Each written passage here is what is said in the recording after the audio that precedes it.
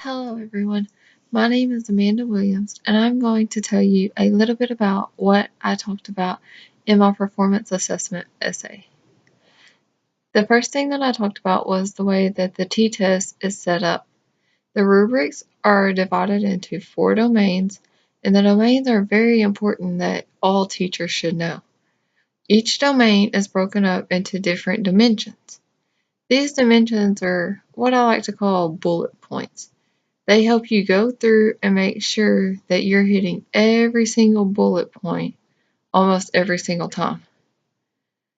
The first domain is over planning, and I thought this was the first domain because it's one of the most important to me. I know the instruction time is also important, but I think that planning is what leads into your instruction. Therefore, I find it more important than the instruction itself. So, domain 1 is over planning, and it's broken into 4 different dimensions. These dimensions include knowing your students, knowing your standards, planning fun activities that are engaging. There are so many things that go into planning. However, these dimensions kind of break it up to where we understand. So dimension 1.1 tells us that we need to know our standards. We all know that we need to know our standards, but it kind of tells us why we need to know our standards. Dimension 1.2 goes back to knowing your students. You need to know what kind of background they come from, what their favorite learning style is, what you can do to help them. You need to know everything you can possibly know about your students so that way you can make their instruction time more beneficial to them. The dimensions keep going on and on for every domain, and they're important. I feel like you can use these as a checklist to make sure that you're hitting all of your goals that you're trying to achieve.